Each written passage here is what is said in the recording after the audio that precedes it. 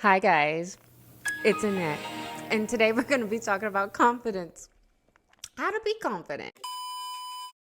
Okay, so I chopped my hair off the other night really late. It needed a chop. I get in weird moods, whatever. So I realized I left out some of the basics in confidence in this video. So I'm going to put it all at the beginning right here. I also wanted to make a disclaimer that this video isn't going to resonate with everybody because a lot of my followers are like my age and you already are familiar with yourself, you already love yourself, you're already confident. But this video is more for like the younger generation, the one that like grew up online and looking at social media and stuff. My whole plan is I didn't feel like going to the gym. So I thought if I put on a little bit of rouge, I would feel, more confident and in a better mood to go to the gym. If this is your first video or so, I have been trying to get in my fit girl era. I've been going to the gym for maybe like 10 months or so, and I'm not a fan of it, but I'm keeping consistent. But I have started doing Pilates recently for the last few weeks, and I really enjoy the Pilates. So then I realized that I left out the basics of confidence, that, it has a lot to do with the senses. It has a lot to do with your eyes and appearance and how you feel about yourself. But sometimes if I don't feel like working out, doing my eyebrows and putting on some lipstick can really help. And then I forgot to mention that in the video. It's important to, keep, yourself presentable. You feel better when you take a shower. Make sure you shower on the regularly. Make sure you brush your hair, put on some rouge, put on your best outfit. You always feel more confident when you look your best. And when you smell your best. Put on your favorite fragrance or perfume, even if you're just gonna be sitting on the couch watching Netflix. And a little bit of exercise has never hurt anybody. It always does the body good. It always puts your moods better, especially with spring coming and summer coming. Go for a hike, a jog. The reason why I say this is more for the younger generation with confidence and stuff is that's the reason why I'm making this video. I think the younger generation is lacking confidence due to being brought up on social media, obviously, and always just comparing themselves to others and looking at others, and that has become really toxic. Compare yourself with yourself last month. Try to be your best self. But if you are someone that like compares yourself to people a lot or get jealous or envy of others, then maybe, deleting apps or just getting yourself off social media, would help for now. Or just giving yourself a certain amount of screen time during the day. I don't know. It just saddens me. I work with a lot of younger people and it just like, they're like the beautiful, their whole futures in front of them. And they're so insecure and triggered and offended. And it's really sad. And I hope it changes soon. Getting some intelligent common sense and confidence back into the mix isn't a bad idea. Now, if you're watching this video because you do want to feel more confident, I'm sure a lot of us do in certain places, we want to ask ourselves, like, where do we want to feel more confident? Do we want to feel more confident like in a social setting, at a party with maybe someone you're attracted to? Or do you want to feel more confident in a successful way with your career or schooling? Or maybe you want to feel confident in a little bit of everything. And then once we ask ourselves those questions, we have some more questions we need to ask ourselves. We need to ask ourselves, why don't we feel confident? Are we more on the quiet side? Are we more introverted? Which doesn't actually mean that you're not confident, but why do you feel like you're not as confident? Is there something you're striving for, or fill in the blank. Hopefully by the end of this video, we can answer all these questions we have for ourselves. As with a lot of things when it comes to mental health, we have to travel back in time to our childhood and our youth and see how we were treated, how we treated other people, and our upbringing. I've never been a competitive person. I get really scared of competition because I feel like when you compete with other people, then if you win, they get mad at you. Ever since I've been young, I've been into art, drawing, painting, singing, and dancing. I also have a lot of siblings, and anytime I did anything good with any of my achievements or my hobbies, or if I had any achievements, siblings will get very mad and jealous. I didn't understand that kind of behavior. I admire people I look up to. All I took from that when I was younger is do not achieve anything because it makes everyone around you very mad at you. I'm a golden retriever. I'm always like happy and, but a lot of people aren't golden retrievers. They're pit bulls. And a lot of people, like if they're emotionally immature or narcissists, if they see anyone do well in a social setting at a party, or if they see anyone have success or any achievements, that makes them extremely jealous due to their insecurities. Sibling rivalry and sibling, being jealous will always be a thing, but we just need to look back at our childhood or, try to figure out, what's the root, why we don't feel like we're confident. That's another thing we have to go over. There's two types of people. Look at all this lip gloss on here. That's so gross. There's two types of people, person A and person B. Okay, picture that you're at an airport. So we're at an airport terminal. It's all crazy and hectic. I hate the airport. You know how it is. You see an elderly lady and she's messing around with all her bags. She has her phone. She looks really confused and lost. And she's like, we don't know if she's coming or going. And she's like, looks like she's almost crying. And she's getting all her bags together. Looks like she might miss her flight. What's the first thing you think of? Now, the only rule is what you think of, you're not going to act on it. It's just the first thing in your thought that you're not going to act on. It's just, what do you think? Okay, so person A thinks, oh, I know I can help her, or I know someone can just help her out so easily. If only I can help her. That's person A. Now, person B looks at the scenario and goes, I'm sure someone could take advantage of this situation. I'm sure I can rob her so easily right now. They're not going to do it because these are just thoughts we're having. You just have a random thought. Like if you hear a baby crying in the movie, you're all, I want to smother the baby. You don't really want to smother the baby. It's just, what's the first thought? First thought is either you want to help her or you want to take advantage of the situation. Most people are going to be listening to me going, who would take advantage of the situation? That's crazy. But there is a lot of people in category B. So either they were brought up in poverty or they were very neglected and they had to fight for everything themselves. They had to fight for food, shelter, love. Maybe they didn't even get love. Like a third world country, a lot of third world countries are very poverty driven and there's a lot of crime because those people were pushed into that kind of lifestyle. If you don't steal for food, then you don't get to eat. And then it just turns into luxury stuff. If you don't steal these shoes, you won't have nice shoes. You become that person. You can also be a type B if you were raised by narcissists, if you were raised by people who also ignored you, if you were raised by people who only thought of themselves, didn't put you first. If you were raised by a bunch of covert narcissists, you can grow up and be a covert narcissist. Girl named Natalia Grace, that poor young lady who had that whole show about her where she was an orphan. She was passed down to all these different families, and then she got in touch with this horrible family that didn't want her because she couldn't sell them books. But so they said that she was faking her age and she was actually an adult and had her age legally changed and put her in an apartment to fend for herself at the age of 7 or 8. I watched there's like 2 documentaries about it. And then she now got adopted by this new family at the age of 20. Well, it came out that family disowned her and said that she's horrible and they want nothing to do with her. And if you've never had love, if you were never nurtured and loved, you are going to come off a little rough. You're going to fend for yourself. You might lie. You might not be the kindest person. Like even when you take in a baby animal, and every baby on this planet needs to be nurtured and loved. If someone isn't nurtured and loved, they're not going to come out this great person in society.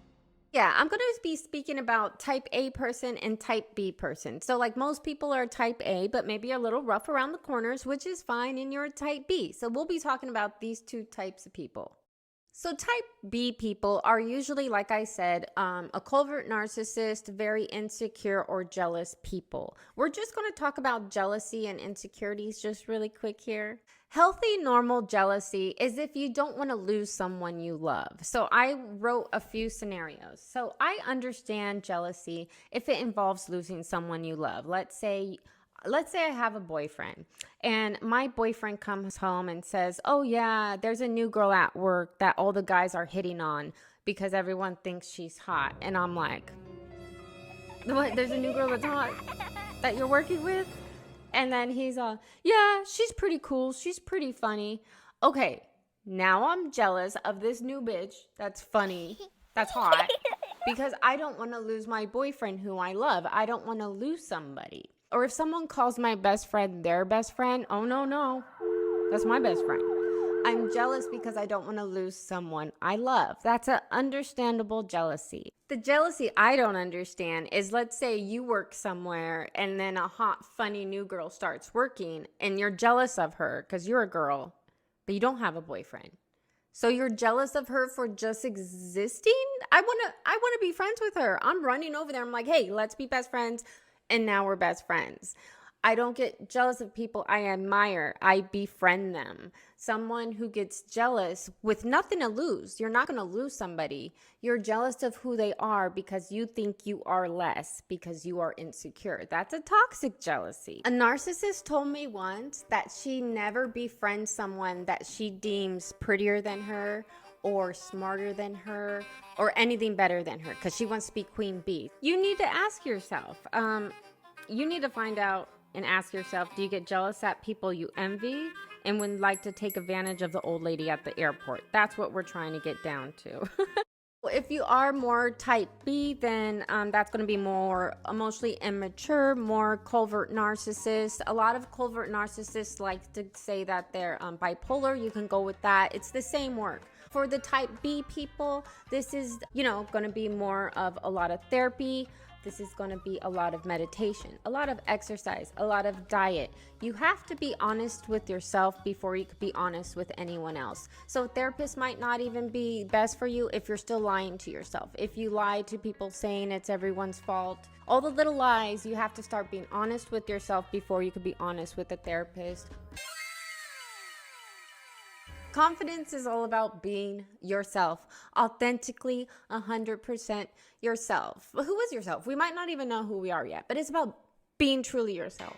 What are your hobbies? What are your interests? Be unapologetically yourself. Even if you like nerdy stuff, it doesn't matter. I'm all about nerdy stuff. And be nice to people. When you're nice to people, you feel good. They feel good. When you're mean to people, it makes your insides feel bad and them feel bad. Like, that's an easy one.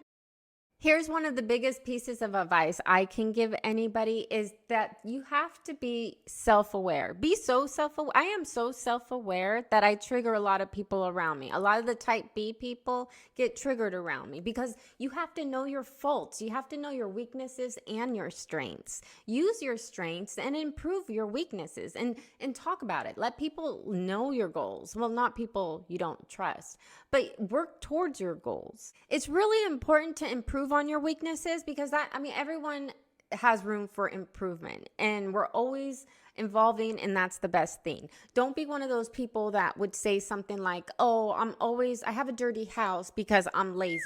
That's not cute. Yeah, that's self-aware, but that's not improving yourself. I have a ton of weaknesses I'm always working on. If you would have told me 5 years ago that I was going to stop drinking alcohol, start meditating, stop smoking cigarettes, stop drinking caffeine, cut down on sugar, work out, and read one book every week, I would be like, okay, sure.